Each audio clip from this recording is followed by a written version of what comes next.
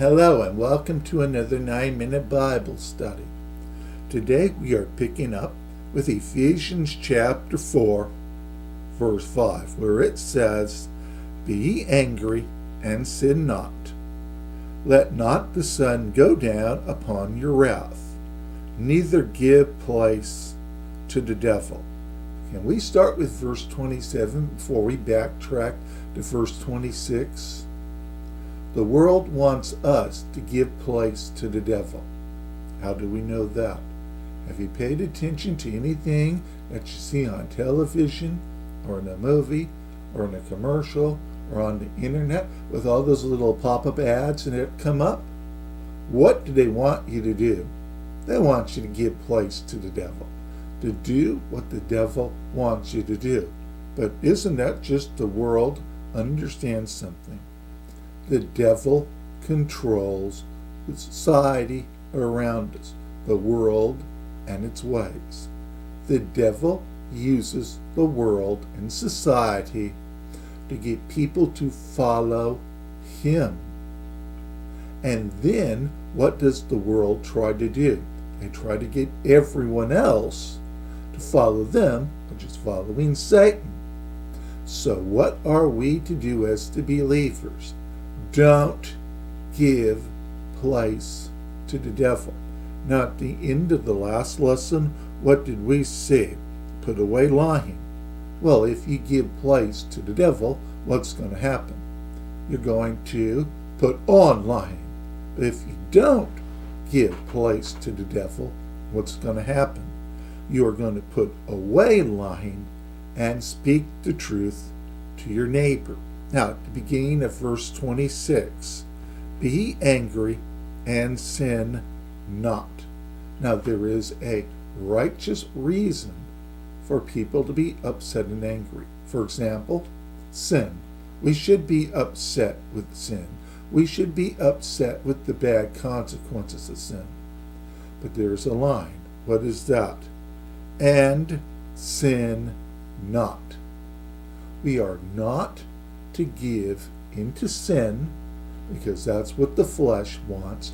That's what the world wants. That's what the devil wants us to sin when angry. There is a line. Well, who will keep us from going over that line? Follow the Spirit, and you will not fulfill the lust of the flesh. The Spirit will lead us, men in Christ, away from sinning when angry. Now, where do we come into play here? We have to make the decision to follow the Spirit. We have to make the decision not to give place to the devil. We have to make the decision not to do the wrong and to follow the right. Now notice what else that verse said. Let not the sun go down upon your wrath. That means if you're mad, if you're angry, even if you sin, you need to put that aside by the end of the day. You need to make it right with those you have made upset. Bring peace. Let it come to an end by the end of the day. As believers, we are to settle things first with the Lord, always with the Lord first, then with those we have offended. Sometimes, out of emotion, we are going to upset people. We're going to get angry with them. That doesn't mean we let it fester beyond that moment. We need to take care of it, put it under the blood, and then make it right with the people we are dealing with. Let's go on to verse 28. This one should be an easy one, but for some people it's probably trouble. Let him that steal no more. Thou shalt not steal still applies in the New Testament church. Verse 28. But rather let him labor, working with his hands the things which is good, that he may have to give to him that needeth. In other words, the thief, instead of stealing what he needs to earn a living and, yes, help those in need. Those who steal, how can we avoid this? Well, 1, follow the Spirit. 2, make the decision that I'm going to follow the Spirit and not steal. But notice the last part of this, be in a position where you can help those in need in their hour of need.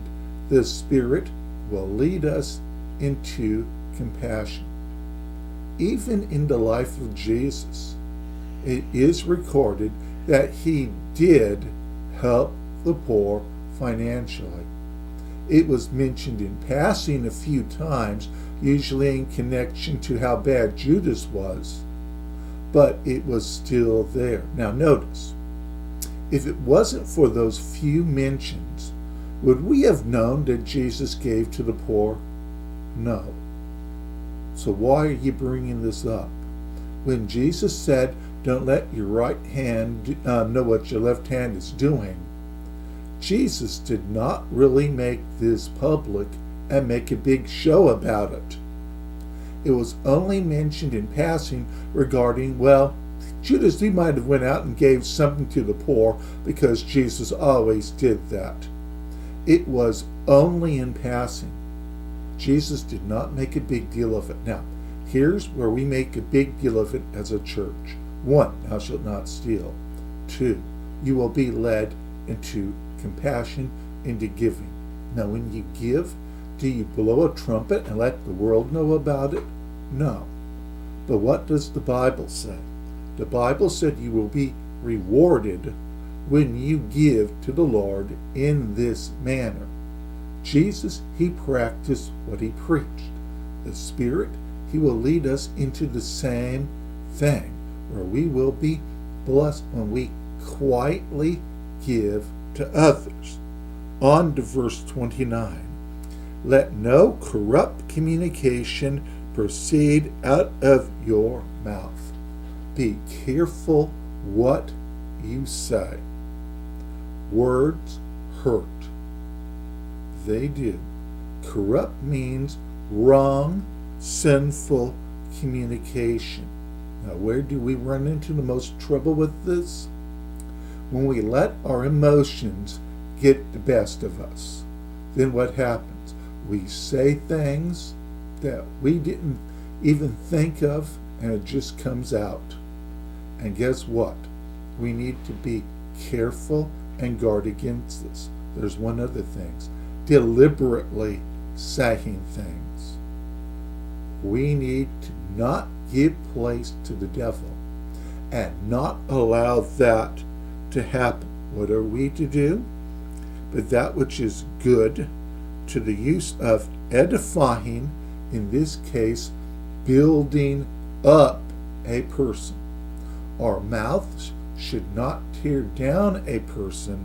It should build up a person. When we follow the Spirit, it is possible that we may minister grace unto the hearers. It's possible. How? By following the Spirit. And when we do, we will be serving the favor of God to others through our words, through our mouth. And we will pick up with this in our next lesson.